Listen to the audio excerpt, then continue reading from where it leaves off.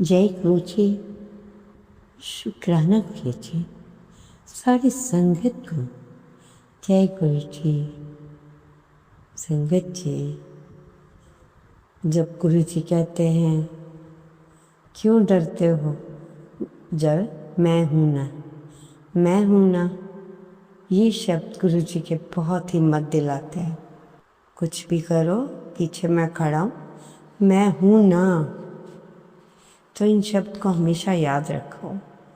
तो संगत जी, आज का शुक्राना सत्संग सारी संगत से, गुरु महाराज जी से आज्ञा लेते हुए आज का शुक्राना सत्संग शुरू करते हैं।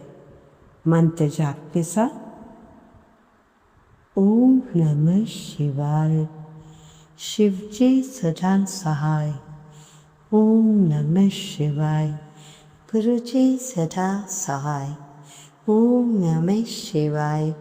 शिव जी सदा साकार। ओम नमः शिवाय। गुरु जी सदा सहाय। जय गुरु जी। शुक्राना गुरु जी।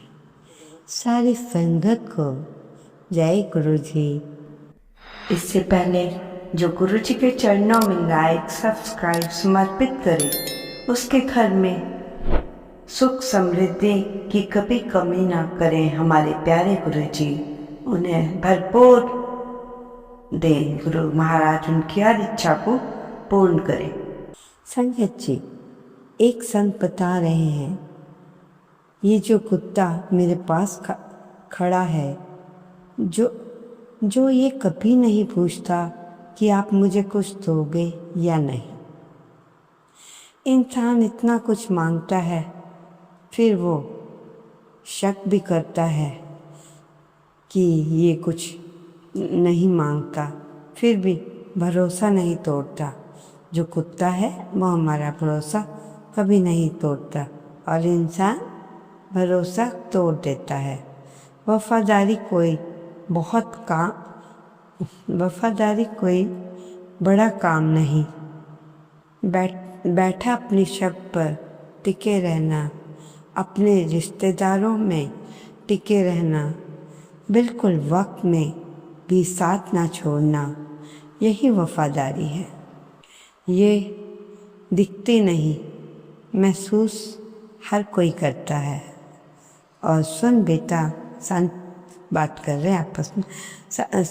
संत बेटे से कहते हैं, सुन बेटा, तू वफादार रहता है ना, तेरा कर्म खुद ब खुद साफ होने लगता है। बेईमानी, धोखा, ये सब कर्म पर बोझ की तरह जमते हैं, पर वफादारी हर बोझ को धीरे धीरे हल्का कर देती है। धीरे धीरे हल्का कर देती है। बिना शोर किए तो आज से ये सीख ले बेटा, जिससे जुड़ा है उससे वफादार रह। शब्दों से, कर्मों से, यही तेरी सबसे बड़ी पूजा है। जय गुरु जी। देखो, सारे सत्संग का निचोड़ तो इस एक सत्संग में ही आ गया। संगत जी, किससे एग्जाम्पल दिया? कुत्ते को देख के। कुत्ता मालिक से नहीं पूछता कि दोगे कि नहीं, और इंसान मांग मांग के, जबकि उसे सब पता है किसको क्या देना है क्या नहीं। तो बस यही फर्क है। संगत जी, इस सत्संग को ध्यान से सुनिए। एक समय की बात है, संत महात्मा अपने शिष्य के साथ जंगल में बैठे थे और अपने शिष्य को जीवन का मूल पाठ पढ़ाने बैठते थे। तभी उनकी नज़र जंगल के किनारे एक पुरुष पर पड़ी। बड़े पंठन कर, बड़े ही स्टाइल में चले जा रहा था, बहुत अच्छे वस्त्र। तो संत ने शिष्य से इशारा करते हुए पूछा कि तुम उस व्यक्ति को देख रहे हो? शिष्य ने सिर हिलाते हुए कहा, जी गुरुदेव, मैं उस व्यक्ति को देख रहा हूँ, पर इसमें क्या विशेष बात है? फिर शिष्य ने उस व्यक्ति को ध्यान से देखा, कहा कि उस व्यक्ति ने बड़े सुंदर कपड़े पहने हैं, सलीके के साथ बड़े अच्छे ढंग से, और साथ में सिर पर पगड़ी भी है और पैरों में चमचमाते जूते भी पहने। शिष्य ने कहा, उसे देखकर लगता है कोई बहुत ही अमीर और सम्मानित घर से है, शायद कोई व्यापारी या सेठ होगा। उसके हाव भाव भी वैसे ही दिखते हैं, आत्मविश्वास से भरा हुआ। हो सकता है कि वो एक प्रतिष्ठित व्यक्ति है। और संत ने शिष्य से पूछा, क्या तुम उसके पहनावा और उसके व्यक्तित्व का पता चलाओगे? क्या तुम उसे देखकर उसके स्वभाव का निर्णय कर पाओगे? शिष्य ने आत्मविश्वास से कहा, जी गुरुदेव, उसके कपड़े देखकर ऐसा प्रतीत होता है वह एक सम्मानित व्यक्ति है। मैं उसके साथ पूरे सम्मानित ढंग से ही बात करूँगा। उसके वस्त्र भी उसका परिचय दे रहे हैं। ये सुनकर संत गंभीर हो गया। उन्होंने कहा, शिष्य, वो व्यक्ति किसी अमीर घराने से नहीं है, न ही कोई बड़ा व्यापारी है। वो तो एक साधारण किसान का बेटा है। वो किसी समारोह में जाने के लिए निकला है। ये कपड़े भी उसके लिए अपने नहीं हैं, बल्कि उधार के लिए वे हैं। फिर संत ने शांत स्वर में कहा, देखो शिष्य, कपड़े केवल शरीर ढकने का साधन नहीं होते, वो इंसान की एक छवि भी बनाते हैं। मान लो एक राजा भी मैले और फटे हुए वस्त्र पहनकर रात को पहनकर गलियों में घूमे तो लोग उसे राजा नहीं समझेंगे, कोई रिस्पेक्ट नहीं देगा। यदि कोई साधारण व्यक्ति भी अच्छे और साफ सुथरे कपड़े पहन के निकले तो लोग अनजाने में ही लोग उसे सम्मान का भाव देंगे। यही कारण है तुम्हारा पहनावा भी तुम्हारे जीवन पर गहरा प्रभाव डालता है। तुम्हारे सम्मान, तुम्हारी छवि और लोगों का सम्मान को भी प्रभावित करता है। इसलिए हमेशा साफ सुथरे, अच्छे और ढंग से कपड़े पहनिए। इसके बाद संत ने कहा, अच्छे पहनावे का भविष्य पर बहुत असर पड़ता है।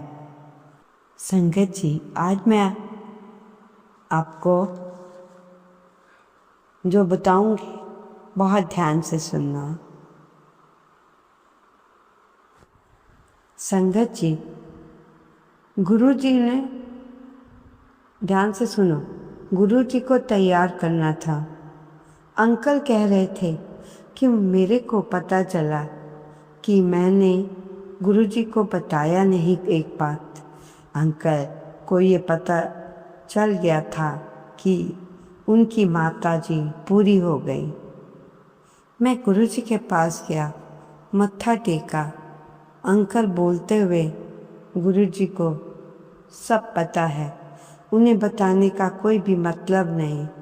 ना ही मैंने उन्हें शो किया कि मेरी माता जी पूरी हो गई हैं। और जब माता जी को पूरा तैयार कर दिया और गुरु जी को तैयार किया, तैयार करने के बाद जाने के लिए तैयार किया गया तो गुरु, अच्छा आगे सुनना, तो यही तो चीज़ है।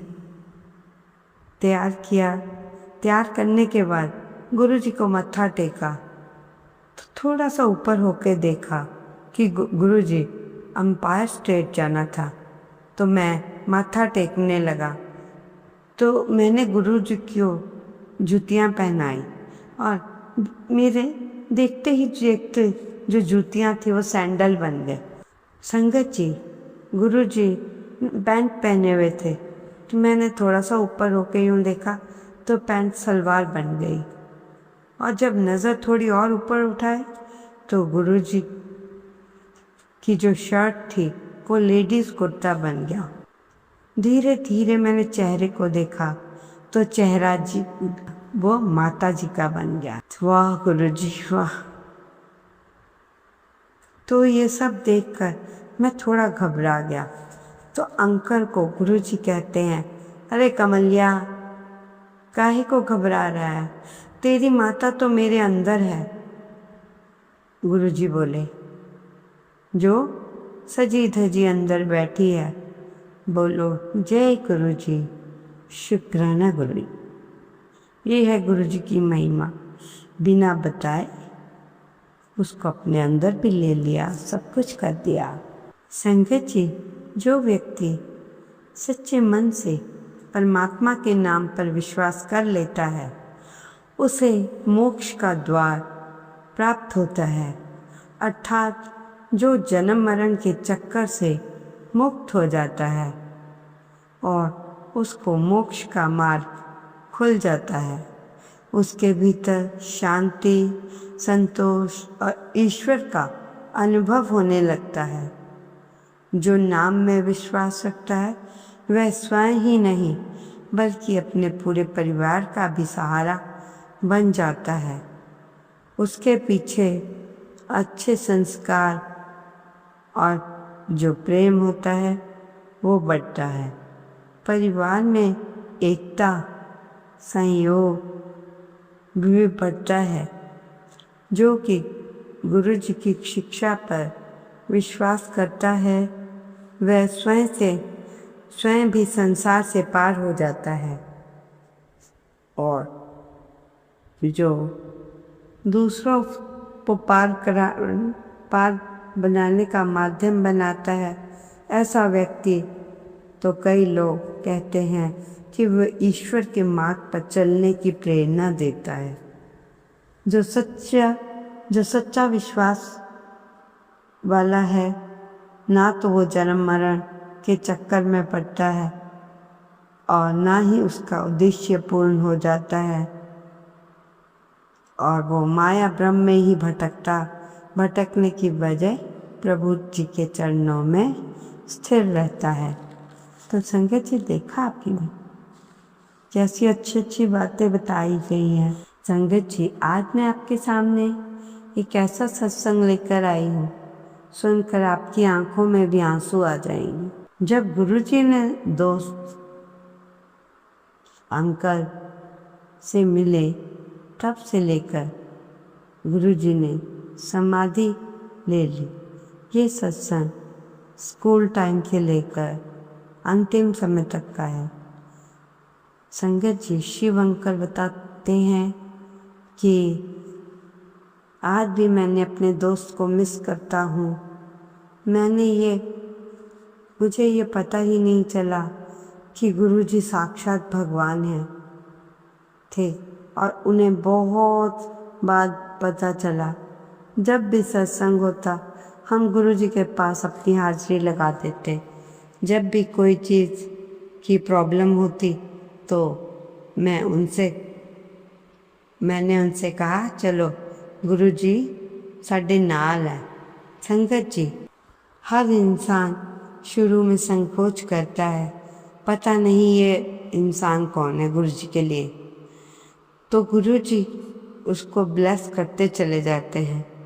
गुरुजी के पास आज भी देने के लिए उनका इतना भंडार है कि वो लगातार दे सकते हैं।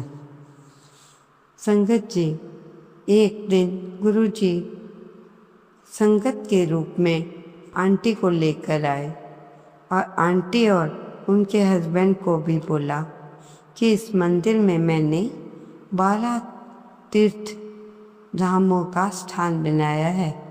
मैंने यहाँ इतनी शक्ति भर दी, यहाँ जो भी आएगा उसकी अरदास कबूल होगी। संगत जी, हमें अरदास बहुत सोच समझ कर करनी चाहिए, क्योंकि जैसा गुरुजी ने बताया, जो आपको अलाउड हो वो चीज़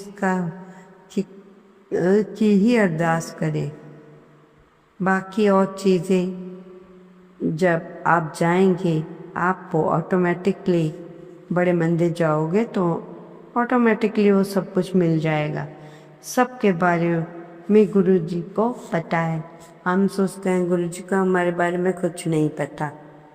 मैं इस समय क्या बात कर रही हूँ, गुरु महाराज जी को सब पता है संगत जी। मैं अच्छा बोलूँ बुरा बोलूँ जो भी बोलूँ सब हमारे गुरु महाराज जी को पता है। ये हमारे गुरु जी।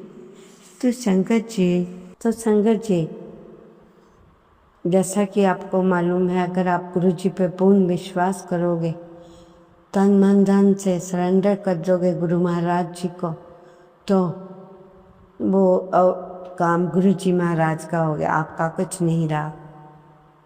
और ये नहीं कि शक मन में है कि करेंगे कि नहीं, हमने ऐसे ही तो नहीं, गलत तो नहीं किया। अगर ऐसे ऐसे भाव आएंगे तो गुरु जी को सब पता चलेगा। पर गुरु जी ने जब आपने एक बाबू ने कर दिया कि हमने आपको सरेंडर कर दिया, तो गुरु जी ने आपका काम तो कर ही देना है, चाहे आप उनके बारे में जैसे भी सोचें। गुरु जी का काम है सबकी सेवा, सबकी कामना, सबका ध्यान रखना, जो कि वो बड़े ही ईमानदारी से गुरु महाराज करते हैं। यहाँ तक कि लोगों के कष्ट लेकर अपने ऊपर लोगों को चलने फिरने लायक बनाकर बाद में अपने दोस्तों से बताते हैं कि मैंने उसका कष्ट अपने ऊपर ले लिया।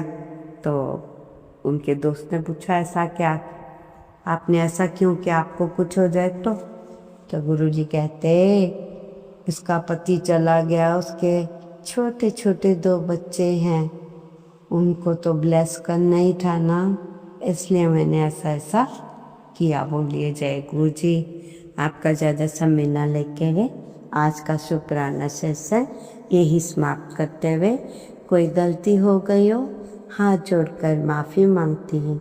मेरी प्यारी संगत जी, मेरे प्यारे गुरु महाराज, गलतियाँ तो हमसे होती रहती हैं, तो गुरु जी जानी जान है, सब समझते हो कि बच्चे हैं, गलतियाँ नहीं करेंगे तो कौन करेगा सब। फिर भी गुरु जी किसी भी तरह के आपको देने लेने में पसंद नहीं छोड़ते, शर्त है आपने उनसे मांगना है, जो है वो ठीक है। जब कुछ गलत होगा तो गुरु जी को खुद ही पता चल जाएगा।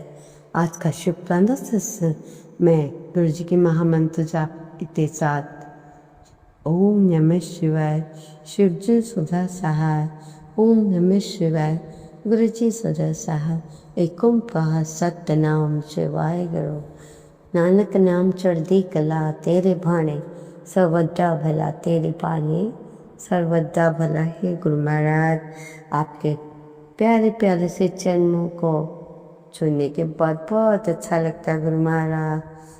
चरण कमल तेरे तोय तोय पीवा मेरे, सतगुरु दीन दयाला। संगत जी, गुरु जी सबको ब्लेस करना। जय गुरु जी।